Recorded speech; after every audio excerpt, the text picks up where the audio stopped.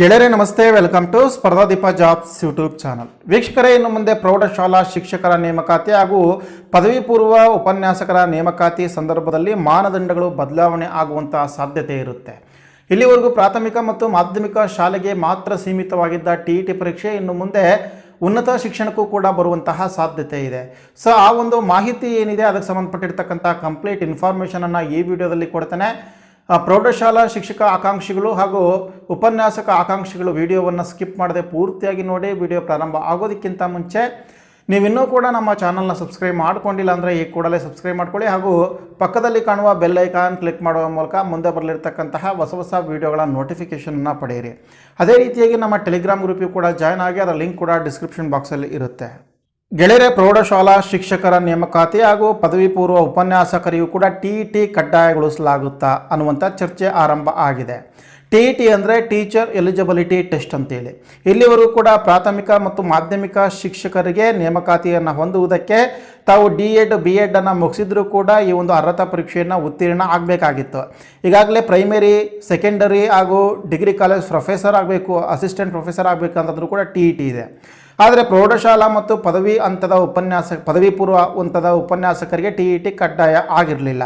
ರಾಷ್ಟ್ರೀಯ ಶಿಕ್ಷಣ ನೀತಿ 2020ರಂತೆ TET ಪರೀಕ್ಷೆಯನ್ನು ನಡೆಸಬೇಕು ಅಂತಕ್ಕಂತಹ ಸೂಚನೆ ಎಲ್ಲ ರಾಜ್ಯ ಸರ್ಕಾರಗಳಿಗೆ, ಅದನ್ನು ಅಲ್ಲಿನ ಆಯುಕ್ತರು ಮತ್ತು ಕಾರ್ಯದರ್ಶಿಗಳಿಗೆ ಬಂದಿದೆ.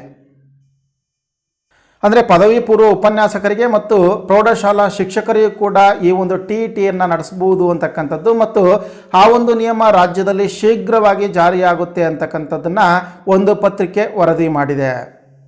ಪ್ರಾಥಮಿಕ ಮತ್ತು ಮಾಧ್ಯಮಿಕ ಶಿಕ್ಷಣ ಹಂತದಲ್ಲಿ TETಯನ್ನು ಪಾಸ್ ಮಾಡಬೇಕಾಗಿತ್ತು. ಅದಾದ ನಂತರ ಇಲಾಖೆಯಿಂದ ಇಂತಿಷ್ಟು ಪೋಸ್ಟ್ಗಳನ್ನ ಕಾಲ್ ಮಾಡ್ತಾ ಇದ್ರು. ನಂತರ ಅದಕ್ಕೂ ಕೂಡ CETಯನ್ನು ನಡೆಸಲಾಗ್ತಾ ಇತ್ತು. CETಯಲ್ಲಿ ಪಡೆದಿರ್ತಕ್ಕಂತಹ ಅಂಕಗಳ ಆಧಾರದ ಮೇಲೆ ಆಯ್ಕೆ ಆಗ್ತಾ ಇದ್ರು.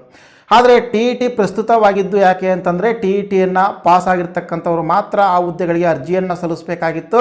ಅದು 7 ವರ್ಷಗಳ ಅವಧಿಯವರೆಗೆ ವ್ಯಾಲಿಡ್ ಆಗಿರ್ತಾ ಇತ್ತು. ಆದರೆ ಈಗ ಅಂತಹ ಸರ್ಟಿಫಿಕೇಟನ್ನು ಪರ್ಮನೆಂಟ್ ಆಗಿ ಮಾಡಿದ್ದಾರೆ. ಅಂದರೆ ಲೈಫ್ ಟೈಮ್ ಒಂದ್ಸರಿ ಪಾಸ್ ಮಾಡಿದರೆ ಆ ಒಂದು ಸರ್ಟಿಫಿಕೇಟ್ ಮೇಲೆ ಎಷ್ಟು ವರ್ಷ ಬೇಕಾದರೂ ಕೂಡ CETಯನ್ನು ಬರೀಬೋದಾಗಿತ್ತು.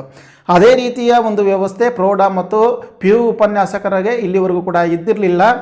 ನೂತನ ರಾಷ್ಟ್ರೀಯ ಶಿಕ್ಷಣ ನೀತಿಯ ಪ್ರಕಾರ ಅಂತಹ ಒಂದು TETಯನ್ನು ಈ ಒಂದು ಹಂತಗಳಿಗೂ ಕೂಡ ತರುವಂತಹ ಸಂಬಂಧ ಈಗಾಗಲೇ ಪತ್ರ ವ್ಯವಹಾರಗಳು ನಡೆದಿದ್ದಾವೆ. ಕೇಂದ್ರ ಶಿಕ್ಷಣ ನೀತಿ ಅಥವಾ CBSE ಒಂದು ರೀತಿ ಶಿಕ್ಷಣ ವ್ಯವಸ್ಥೆ ಮತ್ತು ರಾಜ್ಯದ ಶಿಕ್ಷಣ ವ್ಯವಸ್ಥೆ ಸ್ವಲ್ಪ ಬದಲಾವಣೆ ಇದೆ.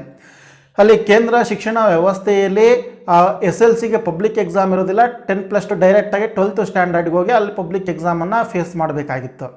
ಆದರೆ ರಾಜ್ಯದಲ್ಲಿ ಹೇಗಿದೆ ಅಂತಂದರೆ 10ನೇ ತರಗತಿಗೆ ಒಂದು ಪಬ್ಲಿಕ್ ಎಕ್ಸಾಮ್ ಇದೆ, plus first year PUC, second year PUC ಓದಿದ ನಂತರ ಅಲ್ಲಿಯೂ ಕೂಡ ಒಂದು ಪಬ್ಲಿಕ್ ಎಕ್ಸಾಮ್ ಇರುತ್ತೆ. ಹಾಗಾಗಿ ಇದು ರಾಷ್ಟ್ರೀಯ ಶಿಕ್ಷಣ ನೀತಿ ಮತ್ತು ರಾಜ್ಯ ಶಿಕ್ಷಣ ನೀತಿಯಲ್ಲಿ ಸ್ವಲ್ಪ ಬದಲಾವಣೆ ಇದ್ದಿದ್ದರಿಂದ ಇಲ್ಲಿವರೆಗೂ ಕೂಡ ಅಂತ ಸುಧಾರಣೆಯನ್ನು ತರುವ ಪ್ರಯತ್ನವನ್ನು ಮಾಡೋದಕ್ಕೆ ಸಾಧ್ಯ ಆಗಿರಲಿಲ್ಲ. ಯಾಕೆಂತಂದರೆ PUC ಉಪನ್ಯಾಸಕರು ತಮ್ಮ ಒಂದು ಸ್ಥಾನವನ್ನು ಬಿಟ್ಟು ಕೆಳ ಹಂತಕ್ಕೆ ಬರೋದಕ್ಕೆ ತಯಾರು ಇರಲಿಲ್ಲ. ಹಾಗಾಗಿ ಆ ಒಂದು ವ್ಯವಸ್ಥೆ ಇನ್ನೂ ಬದಲಾವಣೆ ಆಗಬೇಕಾಗಿತ್ತು, ಇನ್ನೂ ಕೂಡ ಬದಲಾವಣೆ ಆಗಿಲ್ಲ. ಅದರ ನಡುವೆಯೇ ಈ ಒಂದು ಹೊಸ ಸಿಸ್ಟಮ್ ಬಂದಿದೆ. ಇನ್ನು ಮುಂದೆ PUC ಮತ್ತು ಪ್ರೌಢಶಾಲಾ ಶಿಕ್ಷಕರು ಆಗಬೇಕು ಅಂತಂದರೆ ಅವರಿಗೂ ಕೂಡ TETಯನ್ನು ಕಡ್ಡಾಯಗೊಳಿಸಬೇಕು. ಆ ಒಂದು ನಿಯಮ ಶೀಘ್ರದಲ್ಲೇ ಜಾರಿಯಾಗುತ್ತೆ ಮತ್ತು ನೂತನ ಶಿಕ್ಷಣ ನೀತಿಯ ಪ್ರಕಾರವಾಗಿ ಅಂತಹ ಒಂದು ನಿಯಮ ಅಥವಾ ಬದಲಾವಣೆಯನ್ನು ತರಲಾಗುತ್ತೆ. ಈಗಾಗಲೇ ಅದಕ್ಕೆ ಸಂಬಂಧಪಟ್ಟಂತೆ national council for teacher education ಎಲ್ಲ ಪ್ರಾಥಮಿಕ ಮತ್ತು ಪ್ರೌಢಶಾಲಾ ಶಿಕ್ಷಕರಿಗೆ ಶಿಕ್ಷಕರ ಅರ್ಹತಾ ಪರೀಕ್ಷೆ ನಡೆಸ್ತಾ ಇತ್ತು ಕೇಂದ್ರ ಹಂತದಲ್ಲಿ. ಅದನ್ನು ಪದವಿ ಪೂರ್ವ ಉಪನ್ಯಾಸಕರಿಗೂ ಮತ್ತು ಪ್ರೌಢಶಾಲಾ ಶಿಕ್ಷಕರಿಗೂ ಕೂಡ ವಿಸ್ತರಿಸ್ಬೋದು ಅಂತಕ್ಕಂಥದ್ದು ಮತ್ತು ಅದರ ಜೊತೆಗೆ CBSE ಕೂಡ ಇಂತಹ ಒಂದು ಮಾಹಿತಿಯನ್ನು ರವಾನಿಸಲಾಗಿದೆ. ಅದಕ್ಕೆ ಸಂಬಂಧಿಸಿದಂತೆ ಸೀತಾರಾಮ್ ರೆಡ್ಡಿ ಅಂತೇಳಿ ಪ್ರಭಾರ ಜಂಟಿ ನಿರ್ದೇಶಕರು ಪದವಿ ಪೂರ್ವ ಶಿಕ್ಷಣ ಇಲಾಖೆ ಅವರೊಂದು ಪ್ರತಿಕ್ರಿಯೆಯನ್ನು ಕೊಟ್ಟಿದ್ದಾರೆ. ಇದುವರೆಗೆ CET ಆಧಾರದ ಮೇಲೆ ಪದವಿ ಪೂರ್ವ ಕಾಲೇಜು ಉಪನ್ಯಾಸಕರ ನೇಮಕಾತಿಗಳು ನಡೀತಾ ಇದ್ವು. ಇದೀಗ NCTE ಹೊಸ ನಿಯಮ ಜಾರಿಗೊಳಿಸಿದ್ದು, ಇದನ್ನು ಜಾರಿಗೊಳಿಸುವುದು ನಾವಲ್ಲ, ರಾಜ್ಯ ಸರ್ಕಾರ ರೂಪಿಸಿದ ನಿಯಮಗಳಂತೆ ಇಲಾಖೆ ಜಾರಿ ಮಾಡುತ್ತೆ ಅಂತೇಳಿ. NCTE ಕೇಂದ್ರ ಹಂತದಲ್ಲಿ ಪದವಿ ಪೂರ್ವ ಶಿಕ್ಷಕರ ನೇಮಕಾತಿಗೆ ಸಂಬಂಧಪಟ್ಟಂತೆ ಅಂತ ಒಂದು TET ಪರೀಕ್ಷೆಯನ್ನು ನಡೆಸಿದರೂ ಕೂಡ ನಮ್ಮ ರಾಜ್ಯ ಮಟ್ಟದಲ್ಲಿ ರಾಜ್ಯ ಸರ್ಕಾರನೂ ಕೂಡ ಅಂಥ ಒಂದು ತೀರ್ಮಾನವನ್ನು ತೆಗೆದುಕೊಳ್ಳಲಾಗುತ್ತೆ. ಸೊ ಆ ರಾಜ್ಯ ಸರ್ಕಾರ ಕೈಗೊಂಡಿರ್ತಕ್ಕಂಥ ತೀರ್ಮಾನಗಳ ಮೇಲೆ ಈ ರೀತಿ ಟಿ ಇ ಟಿಯನ್ನು ನಡೆಸಬೇಕೋ ಬೇಡವೋ ಅಂತಕ್ಕಂಥದ್ದು ತೀರ್ಮಾನ ಆಗುತ್ತೆ. ಗೆಳೆಯರೆ, ಇದಿಷ್ಟು ಕೂಡ ಈ ಒಂದು ವಿಡಿಯೋದಲ್ಲಿ ನಾನು ನಿಮಗೆ ತಿಳಿಸ್ತಾ ಇರತಕ್ಕಂಥ ಇನ್ಫಾರ್ಮೇಷನ್ ಆಗಿದೆ. ಇದಕ್ಕೆ ಸಂಬಂಧಪಟ್ಟಿರ್ತಕ್ಕಂಥ ಮುಂದಿನ ಎಲ್ಲ ಅಪ್ಡೇಟ್ಗಳನ್ನ ವಿಡಿಯೋ ಮುಖಾಂತರ ನಿಮಗೆ ತಿಳಿಸುವಂಥ ಒಂದು ಪ್ರಯತ್ನವನ್ನು ಮಾಡ್ತೇನೆ. ವಿಡಿಯೋ ಇಷ್ಟ ಆಗಿದ್ರೆ ಲೈಕ್ ಮಾಡಿ, ನಿಮ್ಮ ಸ್ನೇಹಿತರಿಗೆ ಕೂಡ ಶೇರ್ ಮಾಡಿ. ಇದೇ ರೀತಿಯ ಅಪ್ಡೇಟ್ನೊಂದಿಗೆ ಮುಂದಿನ ವಿಡಿಯೋದಲ್ಲಿ ನಿಮ್ಮನ್ನು ಭೇಟಿ ಆಗ್ತೀನಿ. Thank you.